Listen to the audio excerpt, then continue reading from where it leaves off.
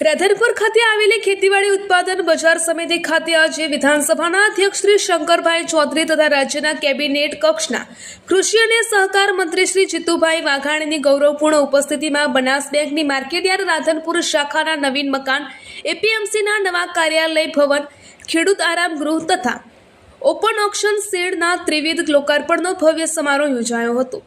વિધાનસભાના અધ્યક્ષ શ્રી શંકરભાઈ ચૌધરીએ જણાવ્યું હતું કે સરહદી વિસ્તારની પાણીની સમસ્યાના સ્થાયી ઉકેલ માટે રાજ્ય સરકારે ભગીરથ કાર્ય કર્યું છે। તેમણે કૃષિ અને સહકાર મંત્રી શ્રી જીતુભાઈ વાઘાણી ખેડૂત પરિવારમાંથી આવતા હોવાથી ખેડૂતોની સમસ્યાઓની નજીકથી સમજી ખેડૂત હિતના નિર્ણયો લેવામાં સક્રિય હોવાનું જણાવ્યું હતું।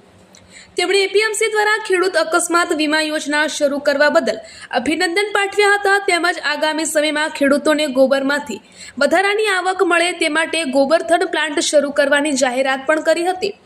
આ પ્રસંગે કૃષિ અને સહકાર મંત્રી શ્રી જીતુભાઈ વાઘાણીએ જણાવ્યું હતું કે રાધનપુર સાંતલપુર વિસ્તારની મુલાકાત દરમિયાન ખેડૂતો અને પશુપાલકોની મહેનત તથા પ્રગતિથી તેઓ ખૂબ પ્રભાવિત થયા છે। પ્રધાનમંત્રી શ્રી નરેન્દ્રભાઈ મોદીના નેતૃત્વમાં નર્મદાના નીર આ વિસ્તારમાં પહોંચતા ખેડૂતોના વિકાસ અને સમૃદ્ધિના નવા દ્વાર ખુલ્યા છે।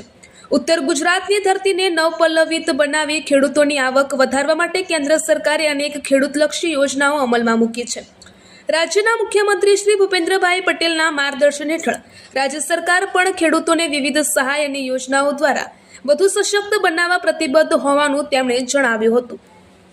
મંત્રીશ્રીએ જણાવ્યું હતું કે પ્રતિકૂળ પરિસ્થિતિ અને ખારાશવાળી જમીન હોવા છતાં આ વિસ્તારમાં ખેડૂતોએ બાગાયતી ખેતી દ્વારા સમગ્ર રાજ્ય માટે પ્રેરણાદાયી કાર્ય કર્યું છે।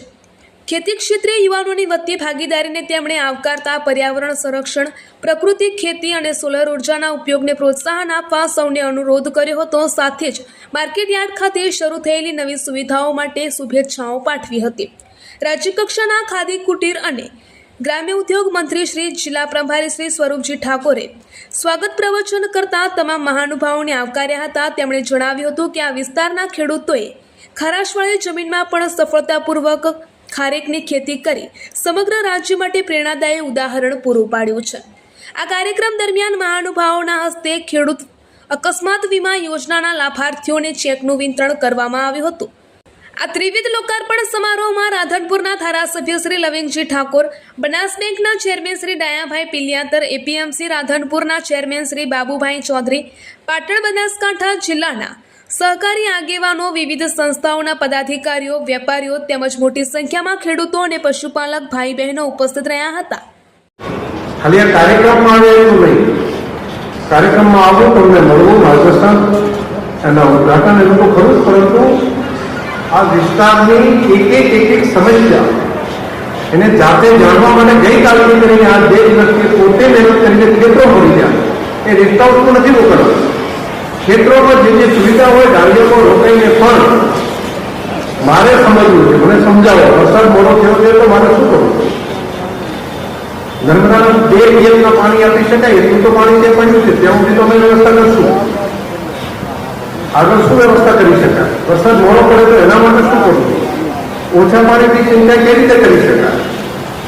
ખેડૂતોને કઈ રીતે મદદ કરવી એનું ઝીણામાં ઝીણું એ અભ્યાસ કરતા જાય છે।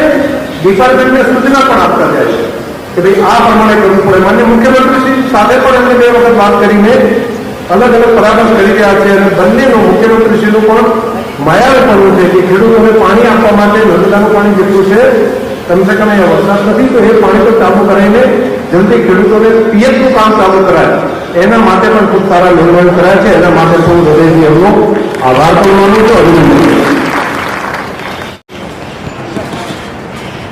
મિત્રો, એમાં કપાસના ભાવ એ ઠેકાના ભાવ ખૂબ વધાર્યો છે અને અમે ખબર નથી કે આ વખતે કપાસ વધારે હોવા છે, મગફળી વધારે હોવા દર વર્ષે માંગી મોટી છે।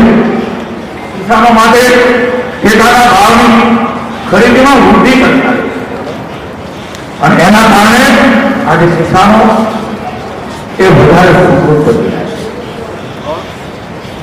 અને મને આનંદ છે કે માનની મોદી સાહેબ આ કપાસ ઉગાડની ધરતી ઉપર પણ આવ્યો છે ત્યારે મને કહેતા આનંદ થાય છે કે દેશે માનની મોદી સાહેબની સરકારે કપાસ ઉગાડી રહ્યા છે કિસાનો, એના માટે ઇનપુટ સહાય આપવાની જાહેરાત કરી છે. નિદર્શન કડક કેફળ ક્લોઝર સ્પ્રેડિંગ ટેકનોલોજી એટલે કે ઓછા અંતરે વાવેતરની પદ્ધતિ જેમણે અપનાવી છે એ ખેડૂત મિત્રોને એટલે 90 સેન્ટીમીટર બાય 30 સેન્ટીમીટરના અંતરે જેમણે કપાસ વાવ્યું એને પ્રતિ હેક્ટર 14,000 રૂપિયાની ઇનપુટ સહાય અને તાલીમ આપવાનો નિર્ણય એ ભારત સરકારે કર્યો છે. રાજ્ય સરકારે ભૂપેન્દ્રભાઈએ સ્વીકાર્યો. મારે અભિનંદન આપવા પડે રાજ્ય સરકાર, માન્ય મુખ્યમંત્રી શ્રી ભૂપેન્દ્રભાઈ પટેલ અને માન્ય મંત્રી શ્રી કૃષિ મંત્રી જીતુભાઈ વાઘાણીજીને બંનેને કે એમણે માઇક્રો ઇરિગેશન માટે સબસિડીની અંદર ડ્રીપ અને સ્પ્રિંકલરમાં ખૂબ મોટો વધારો કરવાનો નિર્ણય કર્યો. ખાસ કરીને જ્યાં પાણીની અછત છે એ વિસ્તાર માટે આશીર્વાદરૂપ સાબિત થશે. અને બીજું, જમીનનો ક્ષાર જે ઉપર આવે છે ઇરિગેશનને કારણે એ પણ આ ડ્રીપના કારણે કરીને બહુ સારું થશે. ખર્ચમાં પણ, નિંદામણ જેવા ખર્ચમાં પણ ઘટાડો થશે અને આ કામ એક અભિનંદનીય કામ છે, ખેડૂતો માટે ખૂબ ઉપયોગી કામ છે. ઘણું બધું માન્ય મંત્રીશ્રી પોતે અભ્યાસુ મંત્રી છે અને ખેતી અને ખેડૂત માટે નાની નાની બાબતનું સમજી રહ્યા છે, જોઈ રહ્યા છે અને એને સુધારા કરવાનો નિર્ણય જે કરી રહ્યા છે એ ખૂબ સારું. અને ખાસ કરીને પ્રાકૃતિક કૃષિ માટે એમણે જે સજાગતા રાખી છે એ ડિપાર્ટમેન્ટને મારે અભિનંદન આપવા પડે. રાધનપુરની અંદર પણ એક નવો ગોબર ગેસનો પ્લાન્ટ એ બનાવવાનો નિર્ણય બનાસ ડેરીએ કર્યો છે. આજે રાધનપુર મુકામે બેંકના નવા મકાનનું ઉદ્ઘાટન, યાર્ડના નવા કાર્યાલયનું ઉદ્ઘાટન, એક નવો ઓક્શન ખેડૂતો માટે એની ખેત પેદાશોનો કરી શકે એના માટે શેડનું ઉદ્ઘાટન અને લોકાર્પણ, સાથે સાથે ખેડૂતોના આરામગૃહ એમના લોકાર્પણ પ્રસંગે આજે શંકરભાઈ ચૌધરી માનનીય અધ્યક્ષશ્રી અને એશિયાની સૌથી મોટી ડેરી બનાસ ડેરીના ચેરમેન અને ધરતીપુત્ર કિસાન પુત્રની સાથે ગઈકાલથી જ અમારા લવિંગજી ધારાસભ્યશ્રી પણ આનંદપૂર્ણ છે, સમગ્ર વિસ્તારમાં ફરી રહ્યો છે. માની મોદી સાહેબને આભારી સમગ્ર ઉત્તર ગુજરાતની ધરતી એ સુજલામ સુફલામ માં નર્મદાના નીર એ ફળફળ વહેતા થયા છે ત્યારે એ નવપલવિત ધરતી બની છે. અહીંયા અલગ અલગ પ્રકારે બાગાયત ક્ષેત્ર હોય, અલગ ખેત પેદાશ હોય, આંબા અને ખારકનું પણ ખૂબ મોટા પ્રમાણમાં વાવેતર અહીંના ખેડૂતો એ કરી રહ્યા છે. રાજ્ય સરકારનો લાભ પણ મળી રહ્યો છે. માની ભૂપેન્દ્રભાઈના નેતૃત્વની અંદર અમારા વિભાગ દ્વારા પણ અનેકવિધ યોજનાઓ, સહકારી ક્ષેત્રની, કૃષિ વિભાગની, પશુપાલનની, આ બધાનો લાભ એ ખેડૂતને મળે એમના માટે પણ વ્યવસ્થા સરકારે કરી છે. ખાસ કરીને ફેન્સિંગમાં 2 હેક્ટરની બદલે 1 હેક્ટરની મર્યાદા, 200 રૂપિયાના બદલે 300 રૂપિયા રનિંગ મીટરે. પોતાની વાડીની અંદર કોઈ શેડ બનાવવો હોય તો 300 ફૂટમાં 1 લાખ મળતા હતા, હવે 600 ફૂટમાં 2 લાખ મળશે.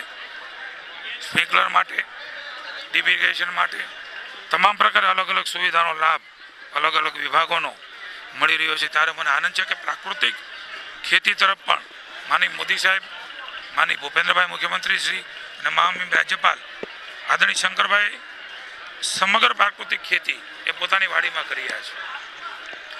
વાડીમાં, ખાટલામાં અમે બંને ઉપર આકાશને નીચે ધરતી